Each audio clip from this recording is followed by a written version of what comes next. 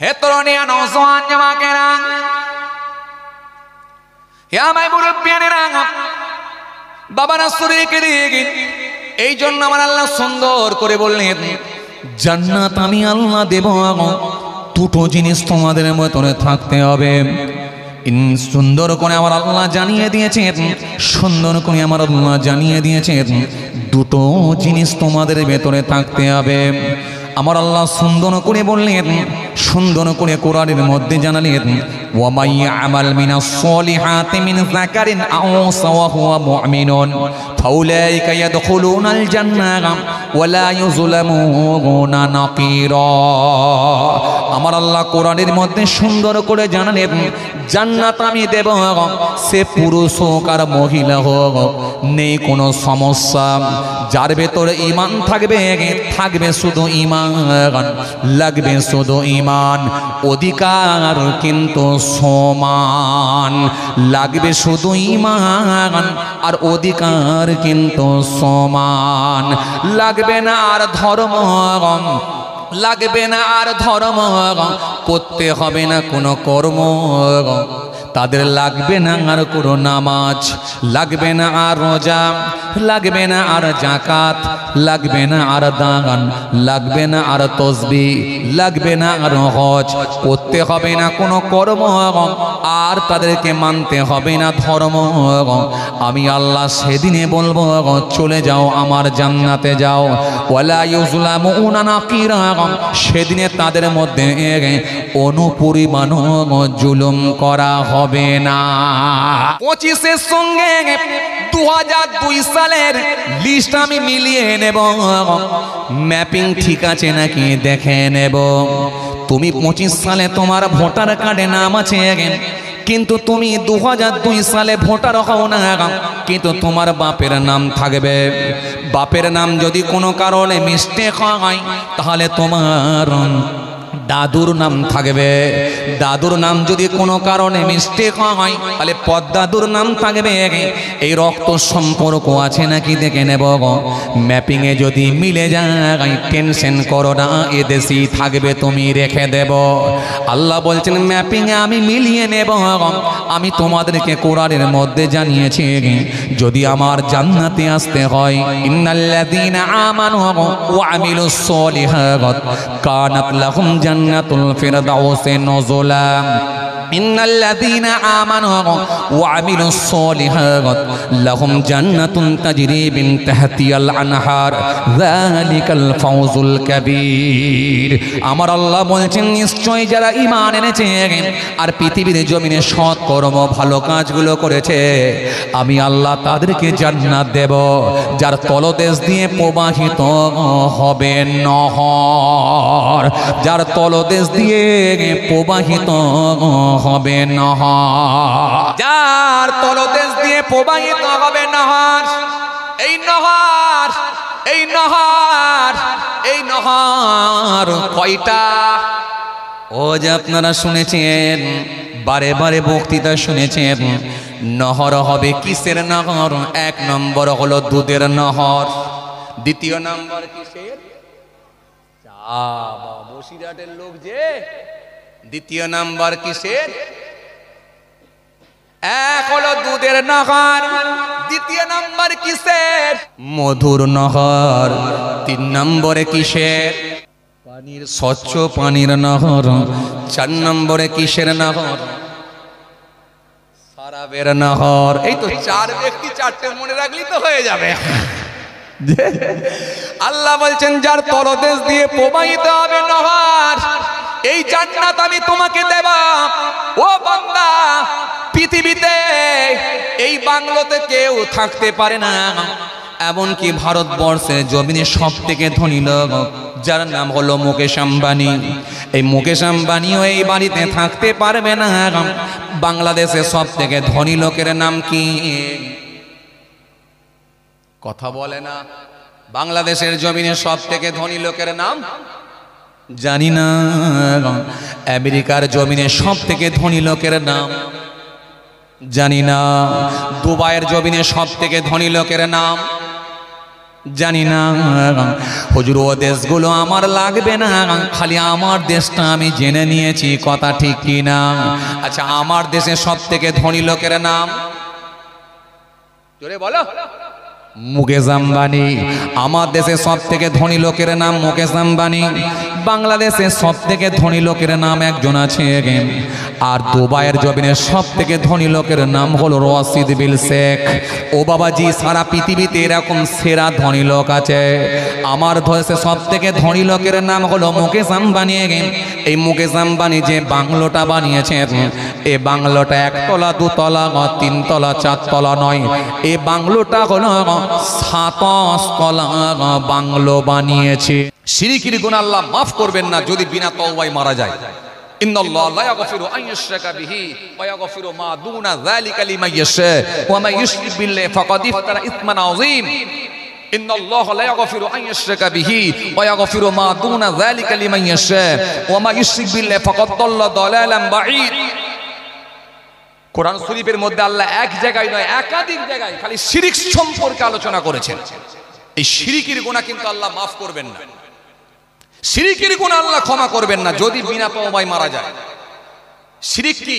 শিরকটা হলো আরবি শব্দ, আরবি কথা, জি, যার আবিধানিক অর্থ হলো সমকক্ষ মনে করা, সমকক্ষ মনে করা বা সমতুল্য মনে করা। আল্লাহর জায়গায় অন্যজনকে সমতুল্য মনে করা, এটা হলো শিরক।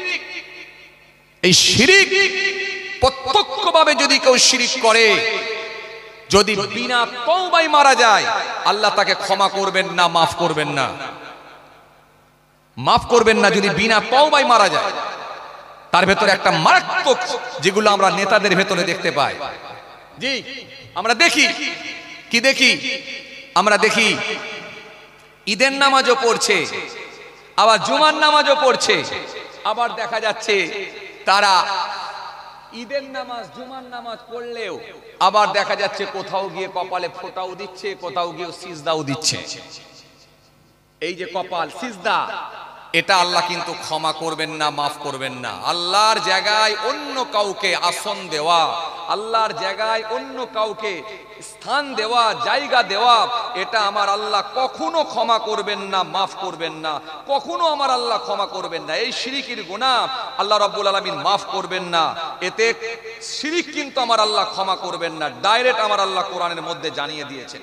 কথা বুঝে আসছে ভাইরা আমার, বন্ধুরা আমার, বাবাজিরা আমার, যে কথা বুঝাতে চাইছিলাম, জি, কিন্তু এই শিরক আমাদের সমাজে দেখা যায় বহু মানুষের ভেতরে ঢুকে আছে। জি, আমরা কোন মাজারে গেলে, কোন দরগায় গেলে, কোন পীরের কাছে গেলে যদি আমাদের এই রকম মনে এসে যায় যে আমার মনের কথাটা হুজুর জানে, কথা বলে, আমার মনের কথাটা হুজুর জানে, পীর আমার সব জানে, এই পীরকে যদি হাজির বলে মেনে নেওয়া হয়, পীরকে যদি মনে হয় সব সময় আমার কাছেই আছে বা আমার ভিতরের খবরটা পীর বলে দিতে পারবে, শিরক হয়ে যাবে, প্রত্যক্ষভাবে শিরক হয়ে যাবে। এই শিরকের গুনাহ কিন্তু আল্লাহ ক্ষমা করবেন না, মাফ করবেন না।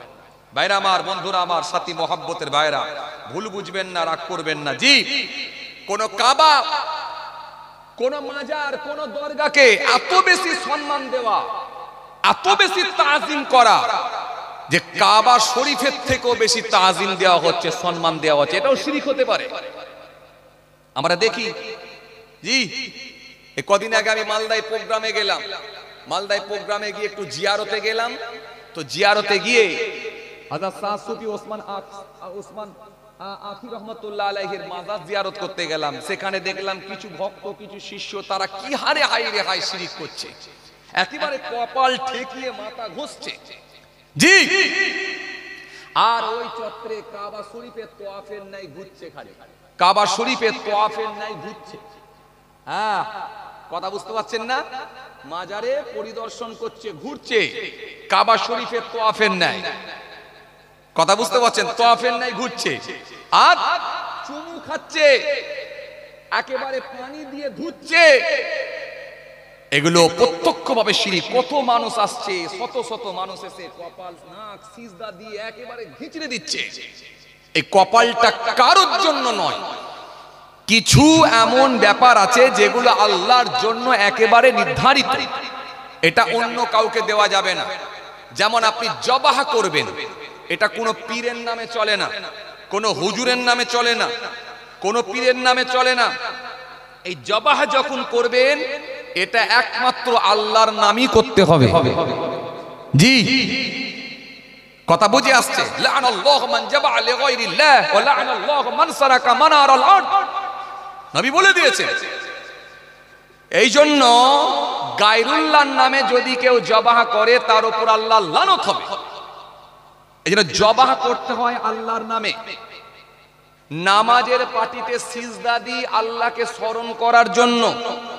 এই আল্লাহকে স্মরণ করে আমরা নামাজের পাটিতে সিজদা দিই।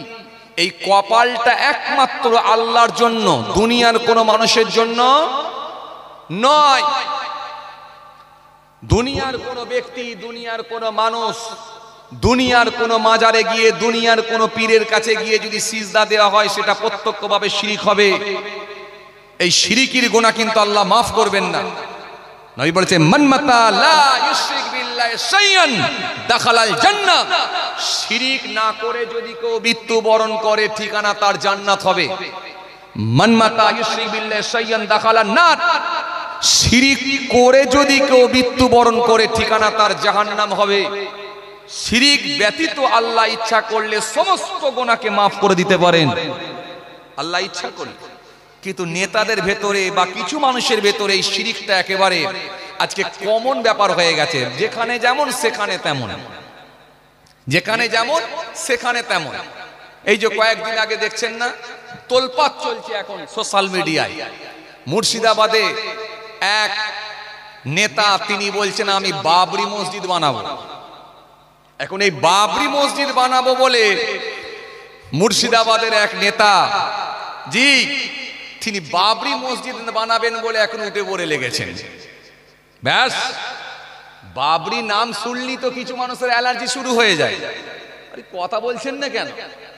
যে মোগলরা সব দিয়ে গেছে, যে মোগলরা আজকে তাজমহল দিয়ে গেল, লালকেল্লা দিয়ে গেল, আপনার কে বলে দেওয়ানি আম দিয়ে গেল, জি, তাজমহল দিয়ে গেল, যেখান থেকে কোটি কোটি টাকা ইনকাম করা সম্ভব হয়।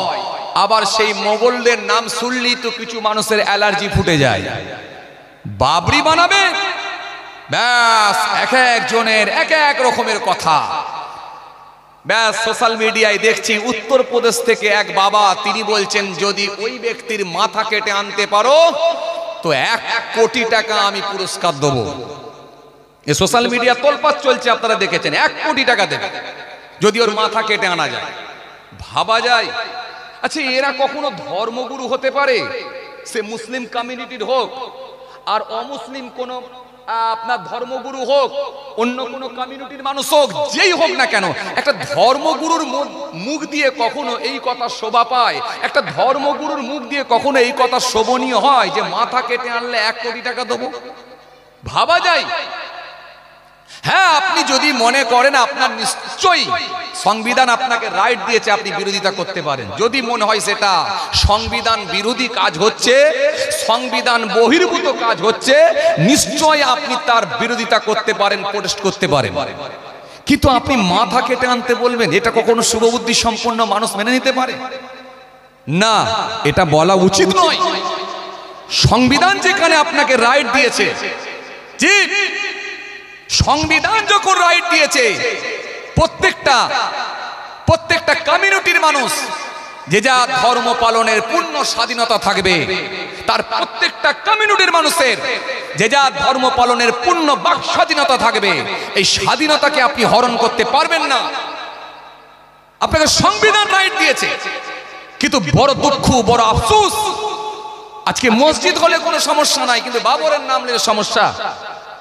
হ্যাঁ, তারপর আমরাও এর নিন্দা করছি, আমরাও তো এর প্রতিবাদ করছি যে পাড়াতে গ্রাম্য এলাকাগুলোতে যে মসজিদগুলো আছে সেগুলোতে মুসল্লির অভাবে মসজিদ বিরান হয়ে যাচ্ছে। মুসল্লির অভাবে মসজিদ বিরান হয়ে যাচ্ছে। তো এরপরে আবার এত কোটি টাকা খরচা করে আবার মসজিদ বানানোর কি প্রয়োজন আছে? হ্যাঁ, এর বিরোধিতা আমরাও করছি। কিন্তু বলার পদ্ধতি থাকবে, সিস্টেম থাকবে, পদ্ধতি থাকবে, বলার ধরনটা আলাদা হবে, প্রতিবাদের ধারাটা আলাদা হবে। কিন্তু আপনি বলবেন মাথা কেটে নিয়ে চলে আসতে পারলে 1 কোটি টাকা দেবো, এটা আমার তীব্র নিন্দা জানাচ্ছি, ঘৃণা জানাচ্ছি, তীব্র নিন্দা করছি। এ কথা কখনো শোভা পায় না। শুভবুদ্ধি সম্পন্ন মানুষ কখনো তারা এই কথাগুলোকে অ্যাকসেপ্ট করবে না, এই কথাগুলো কখনো মানুষ মেনে নেবে না। সেকুলার মানুষরা কখনো এই কথা মানবে না। সে যে ধর্মেরই মানুষ হোক না কেন, যে কমিউনিটির মানুষ হোক না কেন, সংবিধান এর রাইট দেয় না আপনি কারোর মাথা কেটে আনতে বলবেন 1 কোটি টাকা দেবো। সংবিধান এই রাইট আপনাকে দেয় না। এই জন্য মনে রাখবেন, হ্যাঁ মনে রাখবেন, দেশ হয়তো কেউ পরিচালনা করছে, ঠিক আছে, আজ ক্ষমতা আছে বলেই ক্ষমতার অপব্যবহার করা যাবে না। মনে রাখবেন একটা সিস্টেমেটিক চলতে হবে। ভারতবর্ষের একটা সংবিধান আছে, একটা সিস্টেম আছে, এই সিস্টেম অনুযায়ী একটা ল অনুযায়ী চলতে হবে প্রত্যেকটা মানুষকে। আইন কারোর জন্য কিন্তু কোনো আইন কারোর কোনো কথা শুনবে না, আইন আইনের পথে চলবে। ভাইরা আমার, বন্ধুরা আমার, সাথী মহব্বতের ভাইরা, তারপরও আমরা বলবো সেই এমএলএ সাহেবকে, যদি আপনার কিছু করতে হয় এমন একটা জিনিস করুন যাতে করে প্রত্যেকটা কমিউনিটির মানুষ, প্রত্যেকটা কমিউনিটির মানুষ, সমগ্র জাতির, সমগ্র আপনার কমিউনিটির মানুষের, সমগ্র মানুষের যেন উপকারে আসে, প্রত্যেকটা কমিউনিটির মানুষের যেন উপকার আসে। আপনি একটা বড় শিক্ষা প্রতিষ্ঠান করুন, একটা হসপিটাল করুন, আপত্তি নাই, কিন্তু মসজিদ করার জন্য কিছু সিস্টেম আছে। মসজিদ গায়ের জোরে হয় না। মসজিদ করার জন্য আপনাকে জানতে হবে হালাল টাকার দরকার এবং হালাল জায়গার দরকার, হালাল টাকার জায়গা হওয়া দরকার, এবং মসজিদ যেখানে হবে সেখানে পর্যাপ্ত মুসল্লির দরকার। মুসল্লি যদি না থাকে মসজিদ বিরান হয়ে যাবে। এই জন্য গায়ের জোরে ট্যাসেলে গিয়ে কোনো জিনিস করে না, আর ইসলাম এটাকে অ্যাকসেপ্ট করে না। আপনাকে যদি করতে হয় আপনি বড় শিক্ষা প্রতিষ্ঠান করুন, হসপিটাল করুন, আমরা নিশ্চয়ই আপনাকে সাধুবাদ দেবো, নিশ্চয়ই আপনাকে আমরা সমর্থন করব, নিশ্চয়ই আপনাকে আমরা সাবাস দেবো, নিশ্চয়ই আপনাকে আমরা স্যালুট করব। ভাইরা আমার, বন্ধুরা আমার, সাথী মহাব্বতের ভাইরা, যাই হোক, আমি যে কথা আপনাদের বোঝাতে চাইছিলাম, এই শিরিকের গুনাহ কিন্তু আল্লাহ মাফ করবেন না, ক্ষমা করবেন না। এই জন্য শিরিক থেকে আমাদেরকে দূরে থাকতে হবে, দূরে থাকতে হবে। হে তরুণিয়া নওজওয়ান জামাকেরা, হে আমার মুরব্বিয়ানেরা, বাবারা সুরেকে দিয়ে গেন। আর আপনি যদি শিরিক মুক্ত জীবন তৈরি করতে পারেন, নিশ্চিতভাবে আল্লাহর কাছে প্রিয় বান্দা হয়ে যাবে। কেন? আমার আল্লাহর ওয়াদা আছে, আমার আল্লাহর কথা আছে, যে বান্দা আমার হয়ে যাবে আমি আল্লাহ কথা দিচ্ছি আমিও তার হয়ে যাব। এতরনিয়া নওজওয়ান জামাকেরা, হে আমার মুরব্বিয়ানেরা, বাবারা সুরেকে দিয়ে, এই জন্য ইসলাম এমন একটা ধর্ম, ইসলাম বলেছে মানবতার কথা, ইসলাম বলেছে শিষ্টাচারের কথা, ইসলাম বলেছে ঐক্যের কথা, ইসলাম বলেছে রিলেশনের কথা, ইসলাম বলেছে ভদ্রতার কথা, ইসলাম বলেছে আন্তরিকতার কথা, ইসলাম বলেছে শিষ্টাচারের কথা, ইসলাম বলেছে মা বাপের খেদমতের কথা, ইসলাম বলেছে প্রতিবেশীর হকের কথা, ইসলাম বলেছে আত্মীয়ের সঙ্গে সুসম্পর্ক বজায় রাখার কথা। ইসলাম আপনাকে টোটালটাই শিখিয়ে দিয়েছে, আর টোটালটা যদি আপনি মেনে নিতে পারেন নিশ্চিতভাবে আল্লাহর কাছে প্রিয় বান্দা হিসাবে গণ্য হয়ে যাবে। কথা বুঝে আসছে যে আসেন, ভুল বুঝবেন না, রাগ করবেন না। এগুলো আমাদের সমাজে হয়। কিছু আছে মানুষ দেখবেন ধর্মীয় জ্ঞান না থাকার কারণেতে, ইসলাম সম্পর্কে তার ধর্মীয় জ্ঞান না থাকার কারণে, ইসলামের জ্ঞান না থাকার কারণেতে কিছু মানুষ দাড়ি টুপি নামাজ করার পরেও দেখা যাচ্ছে এমন কিছু কাজ করে ফেলে যেগুলো আল্লাহর কাছে অপছন্দ হতে পারে। কিছু মানুষ আছে দেখবেন, জি কিছু মানুষ আছে দেখবেন এইরকম নানা রকম ভাবে মন্তব্য করে ফেলে, ইসলামকে নিয়ে এমন কিছু কথাবার্তা বলে ফেলে, জি বাবাজি আমার ভাইরা, যেগুলো আল্লাহর কাছে হতে পারে, আমার আল্লাহর কাছে অপছন্দ হতে পারে। কোন দরগায় গেছে, কোন মাজারে গেছে, কোন দরগায় গেছে, কোন মাজারে গেছে, মাজারে গিয়ে দেখা যাচ্ছে পীরের কাছে চাকরি চাইছে, বাবা পীর আমাকে একটা চাকরি দাও, বাবা পীর সাহেব আমাকে একটা সন্তান দাও। কেউ হয়তো কন্যা সন্তানের বাপ হয়েছে, সেখানে গিয়ে একটা পুত্র সন্তান চাইছে। খাজা বাবা দরবারে গিয়ে বলছে, বাবা খাজা আমাকে একটা ছেলে দাও, বাবা খাজা বড় কষ্ট করে নিয়ত করে এসেছি, নিরাশ করে দিও না, ফিরিয়ে দিও না। কথা বুঝতে পারছেন না? দিয়ে দাম করে সিজদায় পড়ে গেল, ছাপালটা লাগিয়ে দিয়ে নাক আর কপাল ঘষতে শুরু করে দিল, বাবা খাজা ফিরিয়ে দিও না। এটা প্রত্যক্ষভাবে শিরক হয়ে গেল। তওবা না করলে আল্লাহ হয়তো নাও মাফ করতে পারে। এজন্য ভাইরা আমার, বন্ধুরা আমার, সাথী মহব্বতের ভাইরা, ভুল বুঝবেন না, রাগ করবেন না। কিছু মানুষ আছে দেখবেন শুভ মাস, শুভ দিন বলে তারা মনে করে, শুভ দিন, শুভ মাস, কথা বুঝছেন না? শুভ মাস, শুভ দিন। বাপ মারা গিয়েছিল ক তারিখে? বাপ মারা গিয়েছিল মাঘ মাসের 11 তারিখে। আর মাঘ মাসের 11 তারিখ যখন ঘুরে ঘুরে এসে পৌঁছে গেল, তখন সে বলছে এই দিনটা আমার কাছে অশুভ দিন গো, আজকে সেই দিনটা এসেছে গো, হাই হাই জানি না কি বিপদ হবে নাকি। নাউজুবিল্লাহ মিন যালিক। এরকম বলবেন না। আল্লাহর কাছে শুভ অশুভ বলে কিছু নয়। আল্লাহর দিন সব ভালো, আল্লাহর মাস সব ভালো, আল্লাহর মাস সব ভালো, আল্লাহর দিন সব ভালো। আপনি শুভ অশুভ বলবেন কেন? অনেকে আছে দেখবেন বার উল্লেখ করে, বার মেনশন করে বলে বৃহস্পতিবার। অনেকে দেখবেন বৃহস্পতিবার, অনেক বেধর্মীর সঙ্গে উঠা বসা করার জন্য, গায়ের কমের সঙ্গে উঠা বসা করার পর এখন সে বলছে বৃহস্পতিবারকে বলে দিচ্ছে লক্ষ্মীবার। নাউজুবিল্লাহ মিন যালিক। না, এরকম কথা বলবেন না। লক্ষ্মীবার খবরদার না, এইরকম কথা মুখ দিয়ে উচ্চারণ করবেন না। আল্লাহর বার সব সমান, আল্লাহর মাস, আল্লাহর দেওয়া দিন সব সমান, সব ভালো। হ্যাঁ, সপ্তাহের মধ্যে একটা দিন, সেটা হলো শ্রেষ্ঠ দিন, সেটা হলো জুমার দিন। এই জুমার দিনের গুরুত্ব বাড়ানো হয়েছে। তা বলে জুমার দিন ছাড়া যদি অন্য দিন হয়, এই অন্য দিনকে আপনি খারাপ দিন বলে যেন বিবেচিত করবেন না।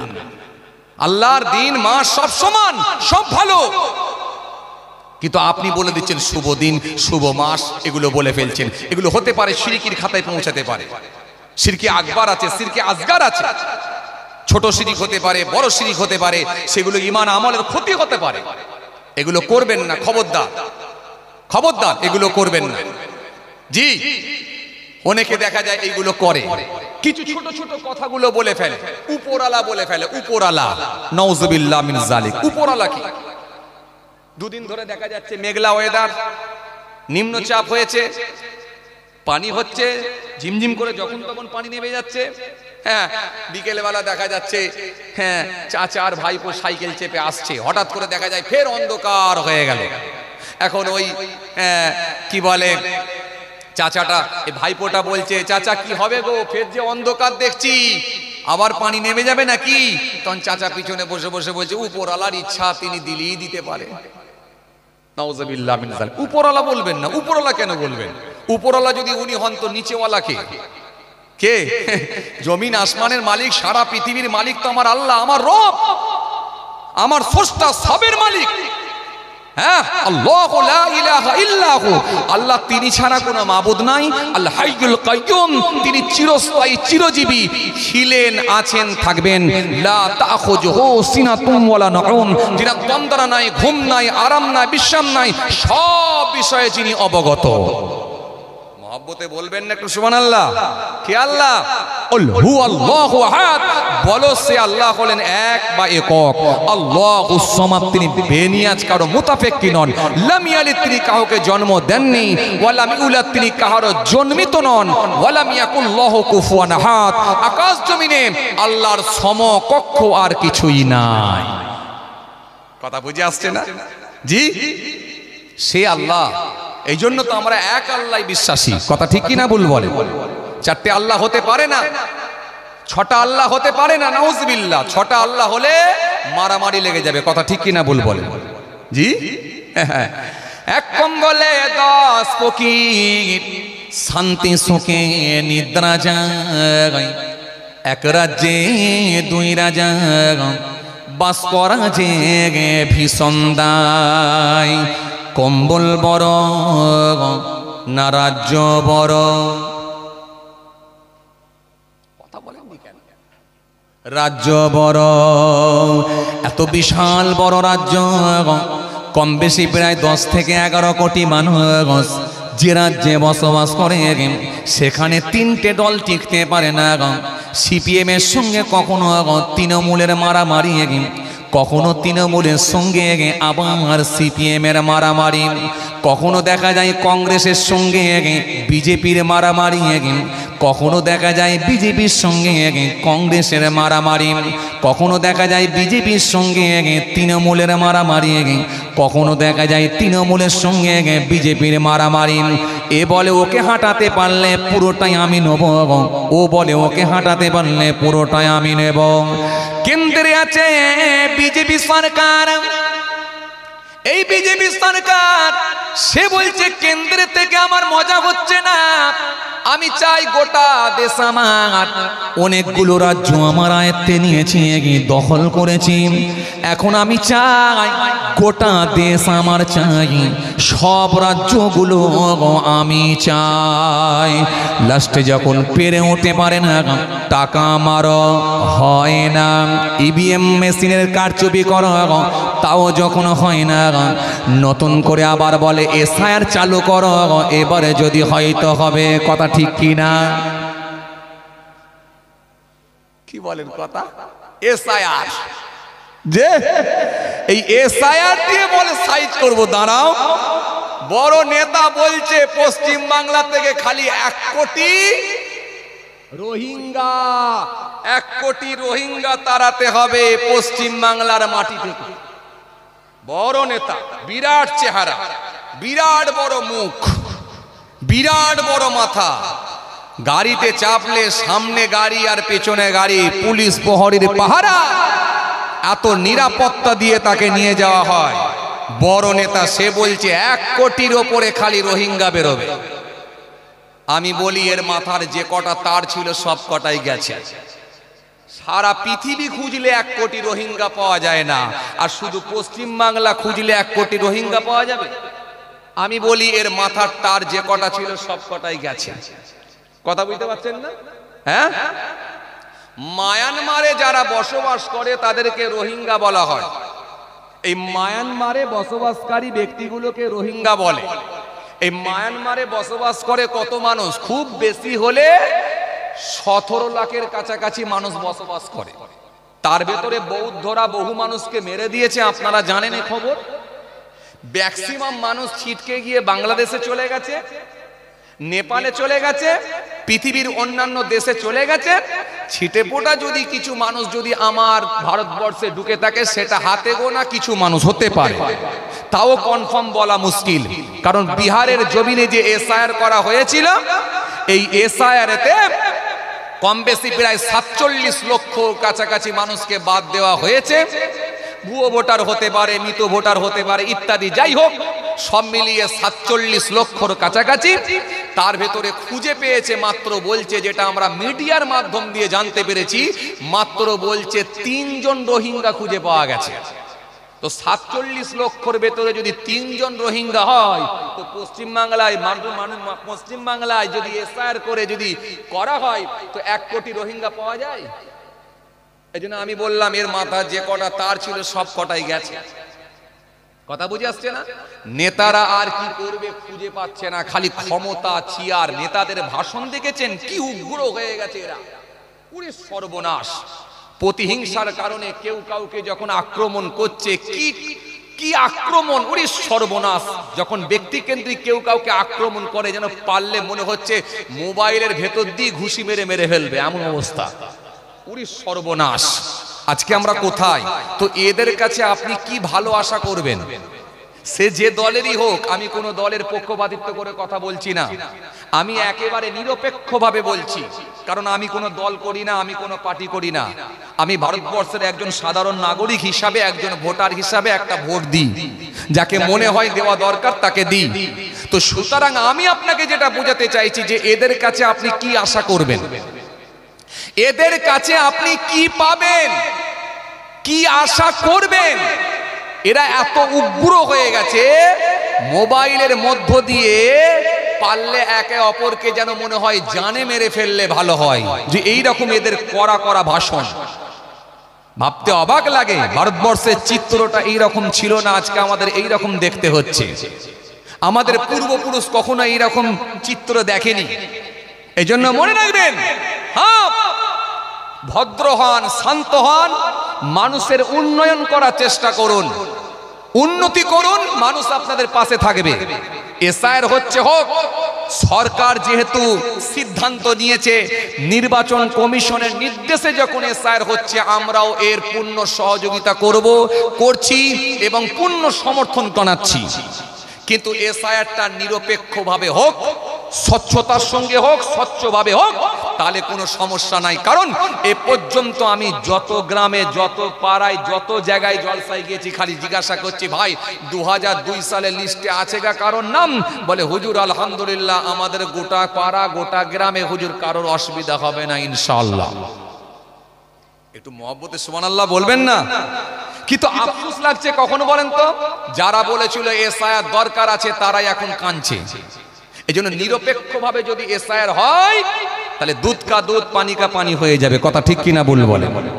যদি নিরপেক্ষভাবে হয়, স্বচ্ছতার সঙ্গে হয়, যারা বলেছিল এসআইআর করা দরকার আছে তারাই এখন কান্নাকাটি করছে, তাদের কাছে কিছু নেই। কে বলছে আমার কাছে ভোটার কার্ড আছে তো আধার কার্ড নাই, কে বলছে আধার কার্ড আছে তো প্যান কার্ড নাই। আরে কথা বলে না। আর কমিশন তো বলি দিয়েছে এগুলোর কোনো গুরুত্বই নাই, কথা বলে না। হয় 2002 সালে লিস্টে নাম থাকতে হবে কারো না কারোর, আর না হলে 11টা প্রুফ নির্দিষ্ট করে দিয়েছে, তার ভেতরে একটা আপনাকে যে কোনো দেখাতে হবে, দিয়ে তবে বেরিয়ে আসতে হবে। হোক না, অসুবিধে কি আছে? ঠেলাই না পড়লে বিড়াল, এ কথা বলে না, ঠেলাই না পড়লে বিড়াল গাছে ওঠে না। হোক না, অসুবিধে কি আছে? হ্যাঁ, নিরপেক্ষভাবে হোক, স্বচ্ছতার সঙ্গে হোক, স্বচ্ছভাবে হোক, কোনো সমস্যা নাই ইনশাআল্লাহ। কারণ আমাদের পূর্বপুরুষ তো এখানে আসেনি, কেন আসতে যাবে? একে আমরাই জ্বলে পুড়ে মরছি, কথা বলে না, কথা বলে না, আমরা জ্বলে পুড়ে হায়রান হয়ে যাচ্ছি। আর আমাদের পূর্বপুরুষ কেন বাংলাদেশ থেকে এখানে আসতে যাবে? আমাদের বাপ পূর্বপুরুষ, বাপ দাদু, ঠাকুর দাদু, বাপ দাদু যাই বলেন না কেন, সব এদেশেরই নাগরিক, বৈধ নাগরিক। তারা দেশ স্বাধীনের আগে থেকে আছে। হ্যাঁ, আমরা সোশ্যাল মিডিয়ায় দেখছি তো, লোক বলছে হুজুর 1900 আপনার কি বলে 23 সালের কাগজ আছে, কে বলছে 1938 সালের কাগজ আছে। ছেলে খেলা কথা নাকি?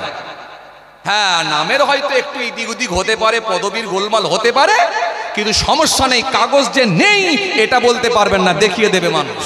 কি কথা ঠিক কিনা ভুল বলেন? যে আলহামদুলিল্লাহ। সুতরাং আমাদের পূর্বপুরুষ তারা বাংলাদেশ থেকে আসেনি। আর বাংলাদেশ থেকে কেন এখানে আসতে যাবে? বাংলাদেশ একটা স্বাধীন দেশ, ইসলামিক কান্ট্রি, তারা কত সেখানে সুরক্ষিত। আমরা এখানে জন্মে যেন মনে হচ্ছে কি ভুল কাজ করে ফেলেছি, কথা বলে না, জ্বলে পুড়ে হায়রান হয়ে যাচ্ছি। আজ বলে গরু খেতে দুবুনি, কাল বলে নামাজ পড়তে দুবুনি, পরশুদিন বলে মসজিদ ভেঙে দাও, তারপর দিনে বলে ঈদ পড়তে দুবুনি, কখনো বলছে ওয়াকাবের যে স্টেট, ওই ওয়াকাবের যে ল্যান্ড আছে, সম্পত্তি আছে, সেগুলোকে সব নিয়ে নাও, কখনো বলছে গরু খেতে দুবুনি, কখনো বলছে মাদ্রাসা ভেঙে দাও, কখনো বলছে তালাক তুলে দাও। এই যে একটার পর একটা ভারতবর্ষের রাজনীতি তো এখন শুধু এই একটা কমিউনিটিকে নিয়ে আর দুটো দেশকে নিয়ে, বাংলাদেশ আর পাকিস্তান। এই দুটো দেশ যদি না থাকতো এরা যে কি করে খেত আমি জানি না, আল্লাহই ভালো জানে। কথা ঠিক কিনা বল বলে? যাক, বলতে গেলে অনেক কথা বেরিয়ে আসে। আসেন, ভুল বুঝবেন না, রাগ করবেন না, যে কথা আপনাদের বোঝাতে চাইছিলাম। এই জন্য এই ছোট ছোট গোনাগুলো থেকে আমাদের বেঁচে থাকতে হবে ইনশাল্লাহ। যদি আমরা বেঁচে থাকতে পারি, নিশ্চিতভাবে আমার আল্লাহ যদি আমাদেরকে কবুল করেন, মুমিনের খাতাতে যদি আমার আল্লাহ নামটা তুলে দেন, নিশ্চিতভাবে আল্লাহর দয়ার জান্নাত যাওয়া ইনশাল্লাহ সম্ভব হয়ে যাবে।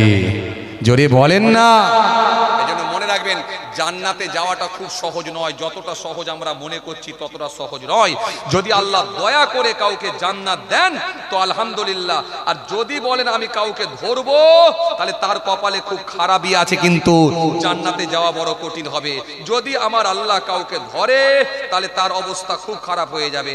এই জন্য জান্নাতে যাওয়াটা যতটা সহজ মনে করছি আমরা ততটা সহজ কিন্তু নয়। হে তরুণিয়া নওজোয়ান জামাকেরা, হে আমার মুরব্বিয়ানেরা, বাবারা শরীকে দিয়ে এই জন্য আমার আল্লাহ সুন্দর করে বললেন জান্নাত আমি আল্লাহ দেব, দুটো জিনিস তোমাদের ভেতরে থাকতে হবে। সুন্দর করে আমার আল্লাহ জানিয়ে দিয়েছেন, সুন্দর করে আমার আল্লাহ জানিয়ে দিয়েছেন দুটো জিনিস তোমাদের ভেতরে থাকতে হবে।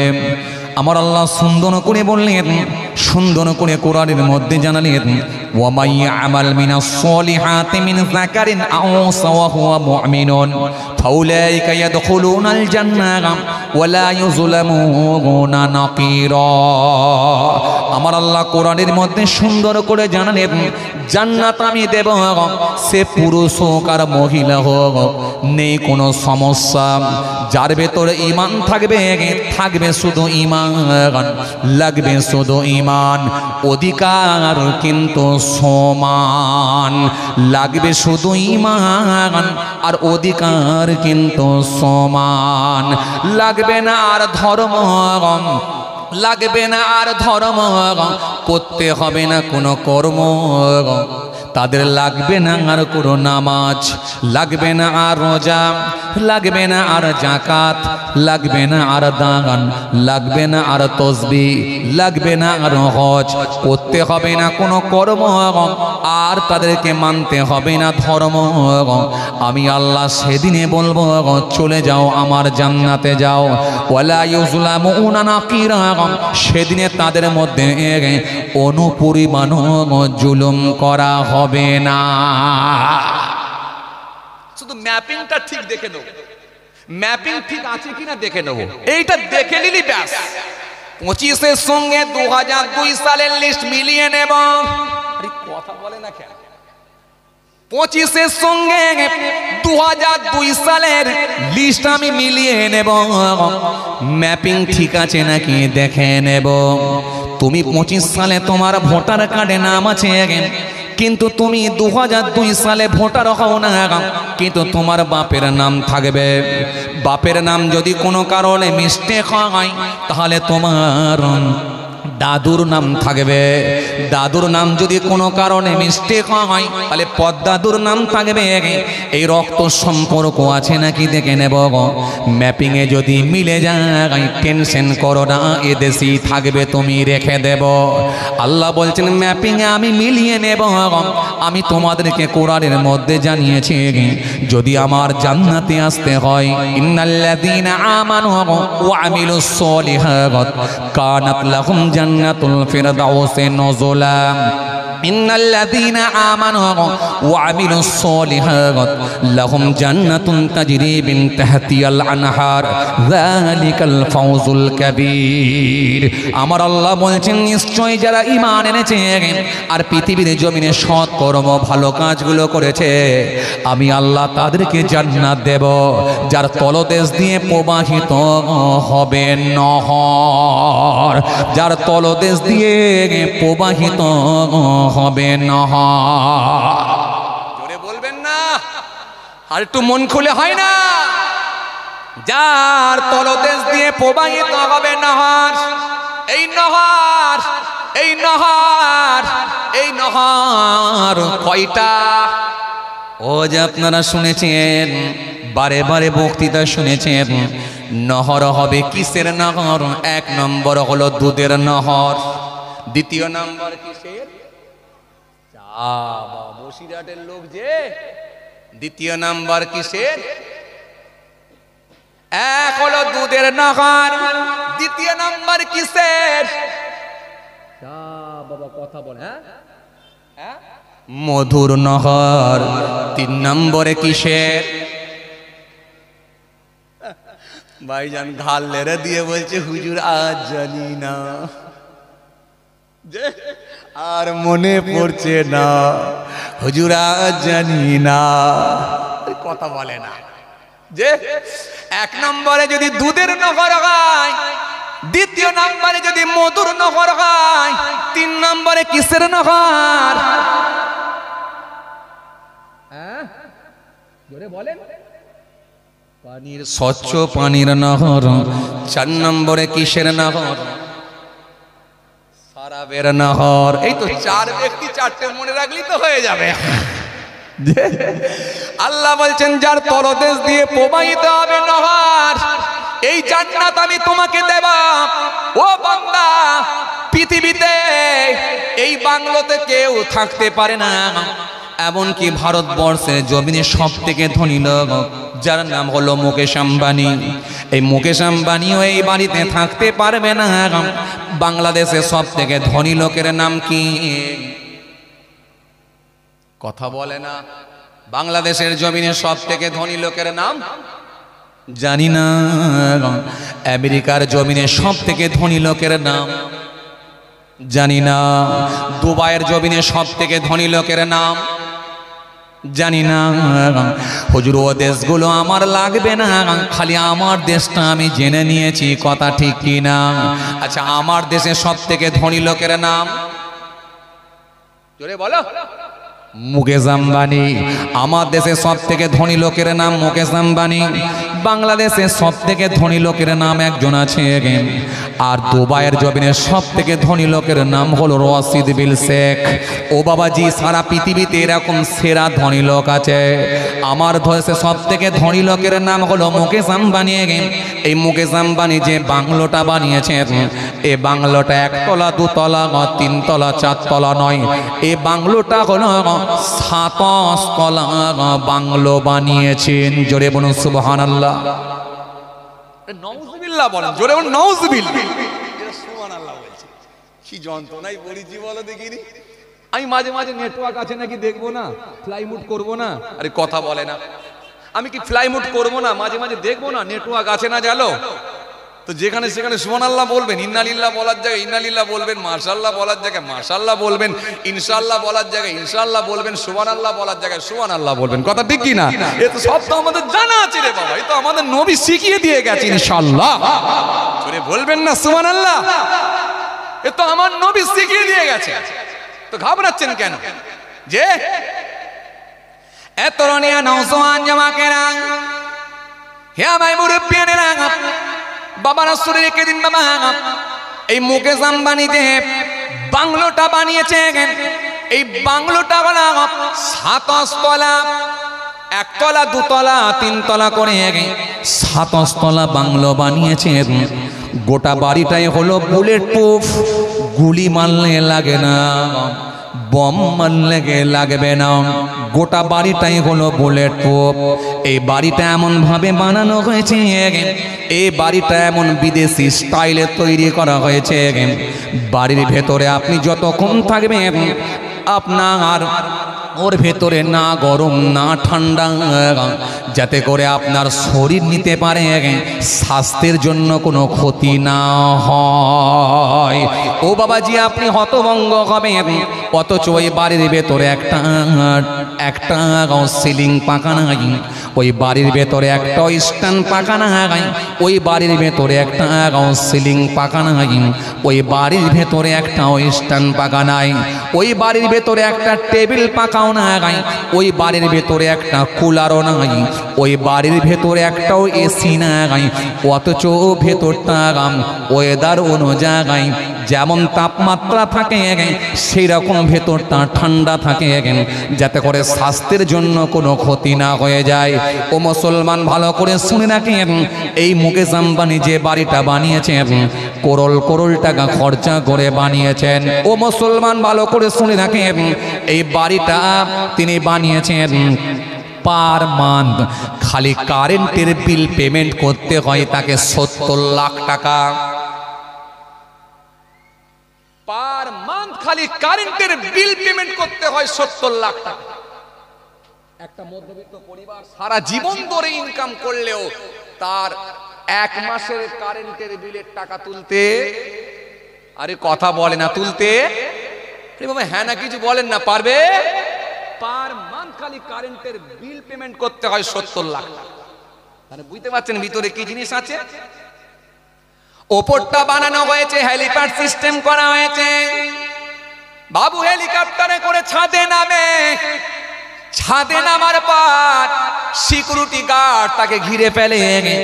লিফটের ব্যবস্থা করা হয়েছে, ওই লিফট দিয়ে ইচ্ছা মতো তার কামরার মধ্যে চলে যায়।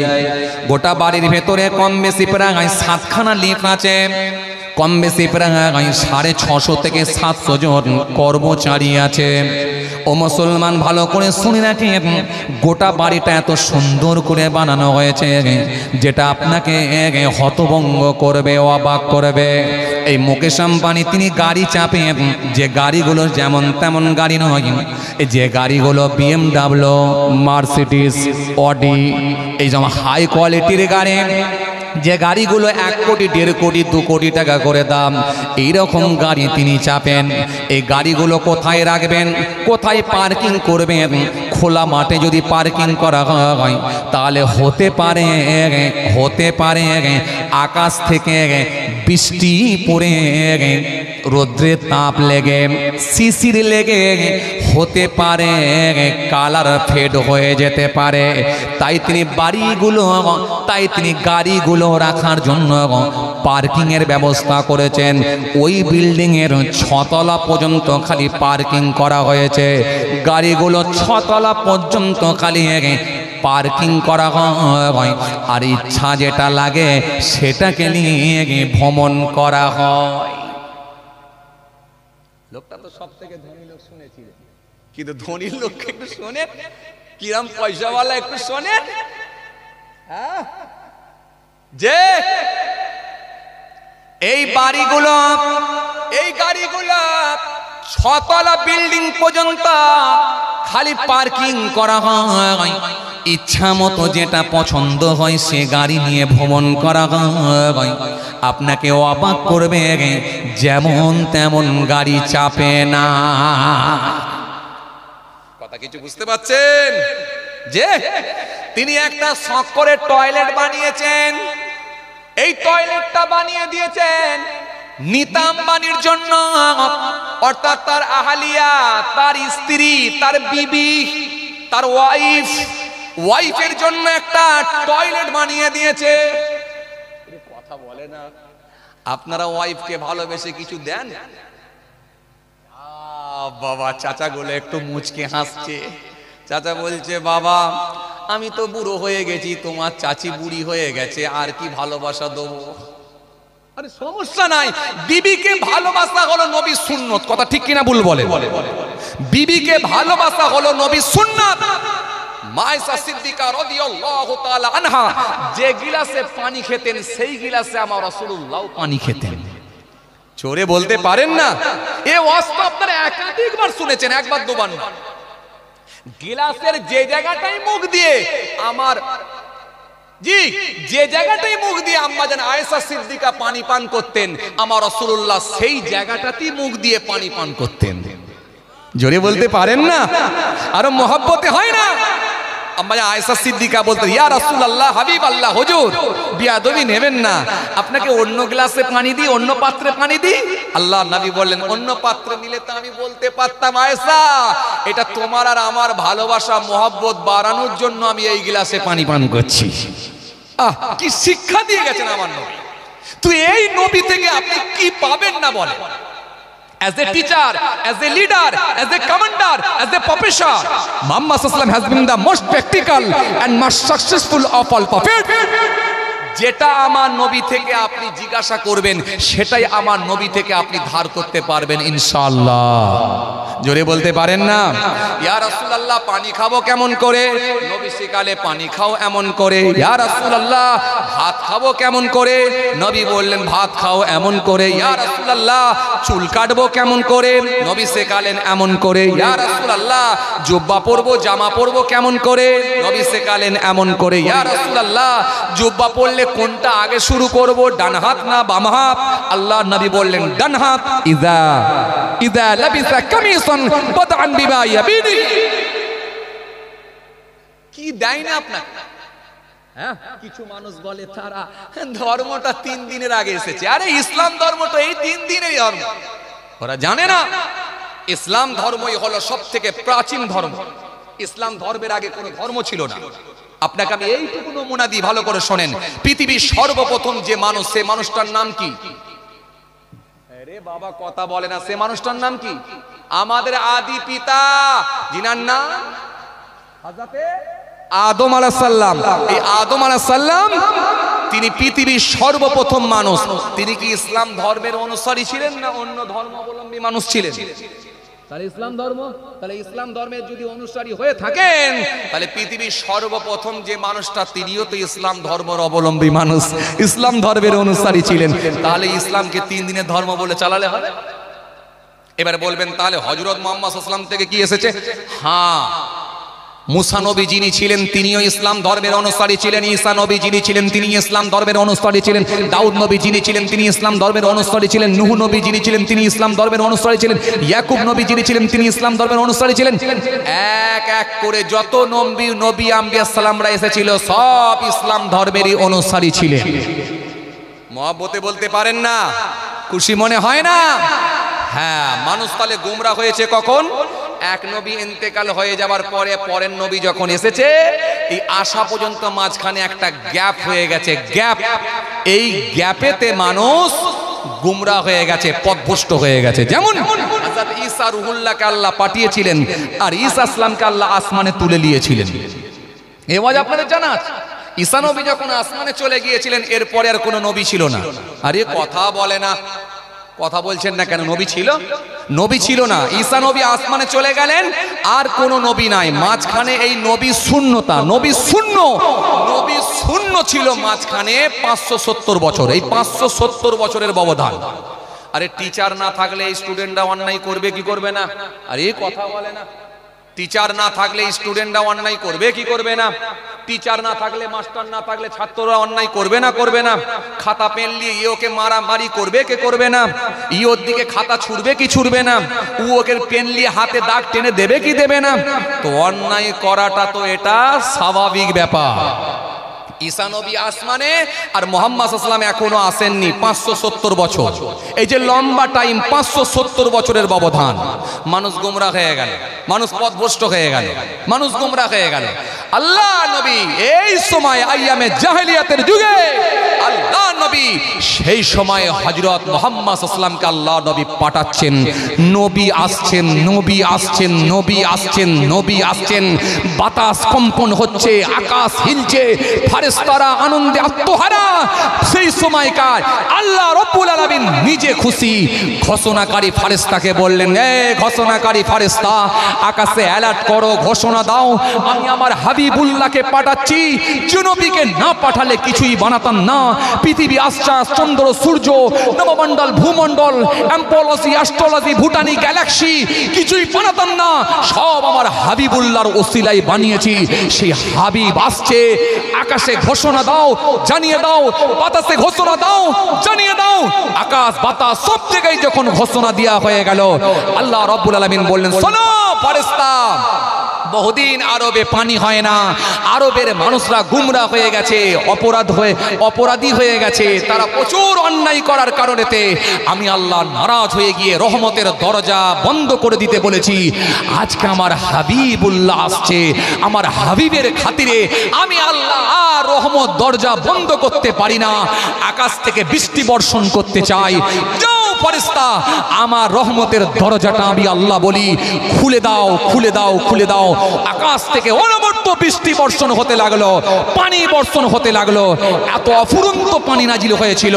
হাদিসের ভাষায় সেই বছরের আরবের মানুষগুলো সে বছরে একটা নাম দিয়েছিল সানাতুল ফিতহি ওয়াল ইবতিহাস, জয়ের বৎসর, আনন্দের বৎসর বলে তারা অভিহিত করেছিল। মহব্বতে হয় না? কারো সিলাই, সে হাবিবুল্লাহর সিলাই, যে হাবিবকে নিয়ে আমার আল্লাহ গর্ব করে বলেছেন, ইয়া আইয়ুহাল্লাযীনা আমানু ইসতাজিবু লিল্লাহ ওয়া লিরাসূল ইযা দাআকুম ইয়া আইয়ুহাল্লাযীনা আমানু লা তারফাউ আসওয়াতাকুম ফাওকা সাওতিন নবী মা আতাকুম রাসূল ফাখুযুহু ওয়া মা নাহাকুম আনহু আনহু ফান্তাহু। কোরআনে আমার আল্লাহ গর্ব করে বললেন, শোনো আমার হাবিব, ইয়া আইয়ুহাল্লাযীনা আমানু আমিনু বিল্লাহি ওয়া রাসূলিহি ওয়াল কিতাবিল্লাযী নাযালা আলা রাসূলিহি ওয়াল কিতাবিল্লাযী আনজালা মিন ক্বাব ওয়া মা ইয়াকফুরু বিল্লাহি ওয়া মালাইকাতিহি ওয়া কুতুবিহি ওয়া রাসূলিহি ওয়াল ইয়াউমিল আখির ফাকাদ দাল্লা দালালান বাঈদ। অস্বীকারের কোন জায়গা আছে? এই কথা বলেননি কেন? আসেন মূল কথা যেটা বুঝাতে চাইছিলাম। তাহলে মানুষ গোমরা হয়ে গিয়েছিল, হাবিবুল্লাহকে দিয়ে আমার আল্লাহ আবার ইসলামের দিকে মানুষকে ফিরিয়ে আনার আহ্বান করতে বললেন। ইসলামের দিকে দাওয়াত দাও, ফিরিয়ে নিয়ে এসো। হাবিব দিনের দিকে ফিরিয়ে নিয়ে আসছেন। নবী বড় বড় জ্বলন্ত কারামতগুলো দেখাচ্ছেন, অলৌকিক ঘটনাগুলো দেখাচ্ছেন। আকাশের চাঁদ দ্বিখণ্ডিত করে দিচ্ছেন, আকাশের চাঁদ দ্বিখণ্ডিত হয়ে যাচ্ছে। পাথর আর বালু কাকরগুলো আশহাদু আন্না মুহাম্মদ রাসূলুল্লাহ বলে সাক্ষ্য দিচ্ছে। নবীর এই যে মুআজিজা দেখে মানুষ হতভম্ব হয়ে গিয়ে ঈমান কবুল করছে। সেই সময়ে আমার আল্লাহ পাক তার হাবিবকে জানালেন, হাবিব দোস্ত, আমি আল্লাহ তোমার খাতিরে ইসলাম ধর্মকে পরিপূর্ণ করে দিয়েছি। একটু মোহাব্বতে বলতে পারেন না? বিদায় হজে আমার নবী ভাষণ দিতে গেলেন 1 লক্ষ সাহাবীর সামনে। ইসলামের প্রথমে আমার নবী যখন দাওয়াত দিয়েছিলেন গোপনে গোপনে, আড়ালে আড়ালে, কিন্তু বিদায় হজে আমার নবী ভাষণ দিতে গেলেন 1 লক্ষ সাহাবীর সামনে।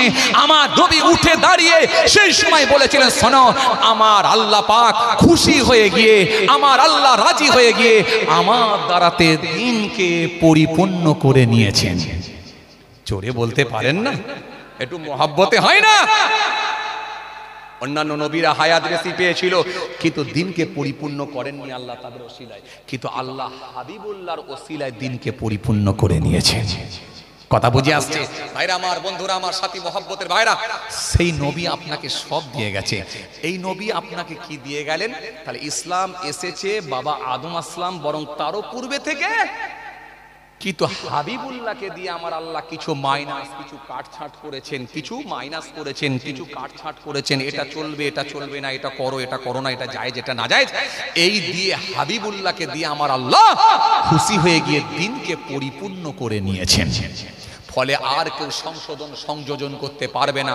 কিয়ামত পর্যন্ত দিনকে আল্লাহ কবুল করে নিয়েছেন। জোরে বলবেন না? তো সেই নবীর কথা বলছিলাম। কোথা থেকে বেরিয়ে এলো জানো? হ্যাঁ, আম্বানি, নীতা আম্বানি। মনে আছে আপনাদের? শখ করে একটা কি দিয়েছিল? ভুলে গেলেন আপনারা? কি দিয়েছিল শখ করে? টয়লেট। টয়লেট উপহার দিচ্ছে বউকে। আপনারা কি দেন?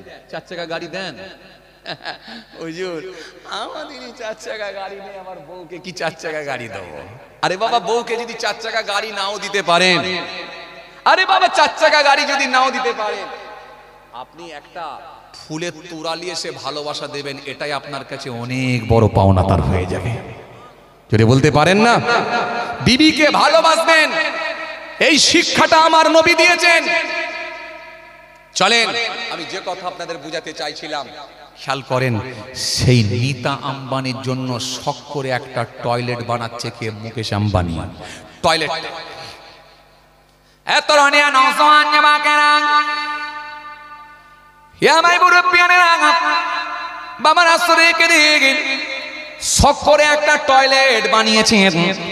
যে টয়লেটটা বানিয়েছেন কোমর, গোটাটাই হলো এমন সিস্টেমে তৈরি করা হয়েছে, বাইরে থেকে সেটাকে অটো করতে হয়, আর ভেতরে গেলে অটোমেটিকলি শাওয়ারের পানি পাওয়া যায়, ভেতরে গেলে অটোমেটিকলি ঝর্ণার পানি পাওয়া যায়, ভেতরে গেলে অটোমেটিকলি লাইটের ক্যাপাসিটি তৈরি হয়, সেন্সার সিস্টেম। এই নীতা আম্বানির জন্য একটা টয়লেট বানিয়ে দিয়েছেন, কুমোড একটা টয়লেট বানালেন শখ করে মুকেশ আম্বানি। আমার বিবির যখন বয়স হয়ে যাবে এই কুমোডটা ব্যবহার করবে। উঁচু উঁচু বোঝেন না? অসুস্থ লোকেরা ব্যবহার করে উঁচু উঁচু একটা কুমোড বানিয়ে দিলেন। আপনি হতভম্ব হবেন, গোটাটাই হলো সোনার। কিসের? সাধারণ পরিবার থেকে যদি কোনো একটা ব্যক্তি যদি ওই টয়লেটে গিয়ে একবার বাথরুম করার সুযোগ পায়, আমার তো মনে হয় সে পায়খানা পেচ্ছাপ ছেড়ে দিয়ে হাগামোতা ছেড়ে দিয়ে টয়লেট ভাঙার ধান্দাই থাকবে। যদি ওখান থেকে একটু ভেঙে নিয়ে পকেটে ভরে নিয়ে যদি বেরিয়ে আসতে পারি রে ভাই, 4 পিঁড়ি বসে বসে খাবে, আমার আর টেনশন নাই। আর কথা বলেননি কেন? এই নীতা আম্বানির জন্য একটা টয়লেট বানালেন গোটাটাই সোনার।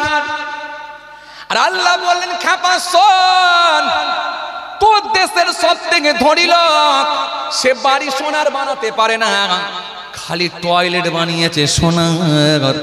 আর আমি আল্লাহ জান্নাতে তোকে দেব, ইন্নাল্লাযীনা আমানু ওয়া আমিলুস সলিহাত কানাত লাহুম জান্নাতুল ফিরদাউসি নুজুলা। নিশ্চয় যারা ঈমান এনেছে, সৎ কর্মগুলো ভালো কাজগুলো করেছে, আমি আল্লাহ কথা দিচ্ছি আমার জান্নাতুল ফিরদাউস দিয়ে দেব।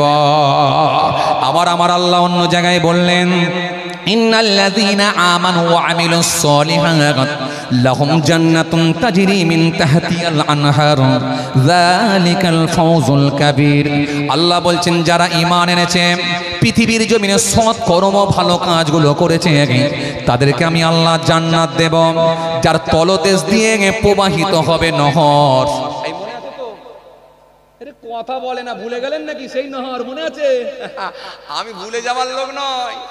স্টপেজ করব, প্যাসেঞ্জার নামাবো, আবার সেখান থেকে গাড়ি ছাড়বো। আমি ভুলে যাবার লোক নয়, আপনার ভুললে চলবে না। আমার আল্লাহ বললেন যার তলদেশ দিয়ে প্রবাহিত হবে নহর। এই মনে আছে তো? সে বলে দিচ্ছি আগে, কিন্তু যার তলদেশ দিয়ে প্রবাহিত হবে নহর, ঠান্ডি ঠান্ডি হাওয়া, মিঠা মিঠা হাওয়া, খুশবু খুশবু হাওয়া, এমন ভাবে ওদের বাংলোর মধ্যে গিয়ে পৌঁছাবে। আমি আল্লাহ বলছি সেটাই হলো তাদের জন্য চমৎকার বড় উপহার, এটাই হলো তাদের জন্য বড় সফলতা। তোর নিতাম বানিয়ে একটা টয়লেট বানিয়েছে সোনার, আর আমি আল্লাহ যে বাংলো দেবো, একটা করে সোনার ইট, একটা করে রূপার ইট, একটা করে সোনার ইট, একটা করে রূপার ইট, একটা করে সোনার ইট, একটা করে রূপার ইট দিয়ে আমি আল্লাহ বাংলো বানাবো। একটা ইটের সঙ্গে আর একটা ইট লেগে থাকার জন্য, একটা ইটের সঙ্গে আর একটা ইট সাঁটিয়ে রাখার জন্য আমরা কি ব্যবহার করি? সিমেন্ট, বালি, আর কিছু? হ্যাঁ, সাথে পানি। চাচা বলেছে হ্যাঁ, ভুলে যাচ্ছিলাম এক্ষুনি, সাথে পানি। চাচা ভালো বলেছে, আমি ভুলে যাচ্ছিলাম এক্ষুনি। শুধু সিমেন্ট বালি দিলে হবে না, পানি না দিলে জুড়বে না। সিমেন্ট আর বালি মিক্সড করে সাথে পানি লাগিয়ে দিয়ে মাঝখানে দিয়ে সাঁটিয়ে দেওয়া হয়, আর খুলবে না। আল্লাহ বলছেন সোনার ইট আর উপরে দিয়ে যখন সাঁটাবো, মাঝখানে আমি আল্লাহ মুশকে আম্বার সাঁটিয়ে দেব। জোরে বলবেন না? খুশি মনে হয়? এই যে মুশকে আম্বার দেব, সাঁটিয়ে দেব, এই বাংলো তোমাদেরকে দান করব। সেখানে লাগবে না আর কোনো ধর্ম, করতে হবে না আর কোনো কর্ম। ওয়ামাই আমাল মিনাস সলিহাতি মিন যাকারিন আও উনসা ওয়া হুয়া মুমিনুন ফাউলাইকা ইয়াদখুলুনাল জান্নাহ ওয়া লা ইউযলামুনা নাকিরা। আল্লাহ বলেন শোনো কাদেরকে দেব, আমি আল্লাহ। মহব্বতে পড়েন না, সবাই মিলে পড়েন। দরুদ শরীফ পড়লে লস নাই, লাভ আছে, লাভ আছে। একবার দরুদ শরীফ পড়বেন, আমার আল্লাহ খুশি হয়ে গিয়ে আপনার নেকির খাতায় নেকি দিয়ে দেবেন। একবার সুবহানাল্লাহ পড়বেন, আল্লাহ খুশি হয়ে গিয়ে আপনার নেকির খাতায় 10টা নেকি দিয়ে দেবেন। জোরে বলবেন না? হযরতে মুসা কালিমুল্লাহ তিনি একদিন তাওরাত কিতাব পড়ছেন। হযরতে মুসা কালিমুল্লাহ পড়তে পড়তে দেখতে পেলেন আমার আল্লাহ একটা জায়গায় বলছেন, এই পৃথিবীর জমিনে একজন নবী আমার কাছে খুব প্রিয় নবী হবে, যাকে আমি আল্লাহ সব থেকে বেশি ভালোবাসি, যাকে আমি আল্লাহ সব থেকে বেশি পছন্দ করি, আর ওই নবীর উম্মত বলে যারা গণ্য হবে, আমি আল্লাহ খুশি হয়ে যাব, রাজি হয়ে যাব। ওরা যখন কোনো নেকির কাজ করবে, একটা নেকির কাজ করলে আমি আল্লাহ ওদের নেকির খাতায় 10টা নেকি দিয়ে দেব। জোরে বলবেন না? আর যখনই ওরা 10টা নেকি করবে, আমি আল্লাহ 10কে কত বলো 100টা নেকি দেব। আর যখন ওরা নেকি করার চিন্তা নেবে, নেকি করবে বলে প্রিপারেশন নেবে, প্রস্তুতি নেবে, আমি আল্লাহ খুশি হয়ে গিয়ে ওদের নেকির খাতাতে 1টা নেকি দিয়ে দেব। এজন্য একবার সুবহানাল্লাহ বললে 10টা নেকি, আর সুবহানাল্লাহর নিয়ত করলে 1টা নেকি। একটা পড়লে 10টা। জোরে বলবেন না সুবহানাল্লাহ? এই যে ওয়াজ মাহফিলে গিয়ে এই জায়গাগুলো কিন্তু লস না আমাদের হয়ে যায়, এইগুলোকে ছেড়ে দেবেন না। এই যে এমন এসেছেন কুপন কাটতে, কিন্তু কেউ ভুল করছেন না। যদি লেগে যায়, আরে কথা বলে না, সবার তো আর ভাগ্যে হবে না, আল্লাহ যাকে নসিবে মেলাবে হবে, এত বড় ব্যাপার। যদি লেগে যায় ইনশাআল্লাহ ট্রাই করে দেখুন। এখানে আসবেন, ট্রাই করবেন, ইনশাআল্লাহ দরুদ শরীফ একবার পড়বো, ইনশাআল্লাহ কাজ হবে ইনশাআল্লাহ। কালেমা শরীফ একবার পড়বো, একবার কাজ হয়ে যাবে ইনশাআল্লাহ। কালেমা শরীফ একবার পড়বেন, লা ইলাহা ইল্লাল্লাহ মুহাম্মাদুর রাসূলুল্লাহ সাল্লাল্লাহু আলাইহি ওয়াসাল্লাম। এই কালেমা শরীফটা একবার পড়লে ফতোয়া আজিজি কিতাবের মধ্যে পাওয়া যায়, আল্লাহ এত খুশি হয়ে যায়। এই কালেমা লা ইলাহা ইল্লাল্লাহ এর মধ্যে 12টা অক্ষর আছে, আল্লাহ ইচ্ছা করলে তার 12 মাসের গুনাহগুলোকে মাফ করে দেয়। জোরে বলতে পারেন না? আরো জোরে বলবেন না? শেখ আব্দুল হক মুহাদ্দিস দেহলভী রহমাতুল্লাহ আলাইহি জি জি তিনি কিতাবের মধ্যে লিখেছেন, যে ব্যক্তিটা একবার খালি কালেমা শরীফটা পড়বে, আল্লাহ পাক খুশি হয়ে গিয়ে তার নেকির খাতায় 4000 নেকি আল্লাহ দিয়ে দেবেন। 4000 গুনাহকে মাইনাস করে দেবেন। 4000 গুনাহকে আমার আল্লাহ ক্ষমা করে দেবেন, মাইনাস হয়ে যাবে 4000 গুনাহ। একবার খালি কালেমা শরীফ পড়ি। তাহলে এইগুলো ছাড়বো কেন? আমরা বুদ্ধিমান ব্যক্তি যারা আছি, এই জলসার মাহফিলে গেলে যেন আমরা অবশ্যই 100% এগুলোকে ছেড়ে না দিই। কি কথা ঠিক কিনা ভুল বলেন? যে ভাইরা আমার, বন্ধুরা আমার, সাথী মহব্বতের ভাইরা, এগুলো একটা সুযোগ, এই সুযোগগুলোকে আমরা কাজে লাগাবো ইনশাআল্লাহ। আসেন, কি বলছিলাম জানো? জান্নাত, হ্যাঁ টয়লেট, তারপরে কি বলছিলাম? জান্নাত। তাহলে জান্নাত ইনশাআল্লাহ আল্লাহ দেবে ইনশাআল্লাহ।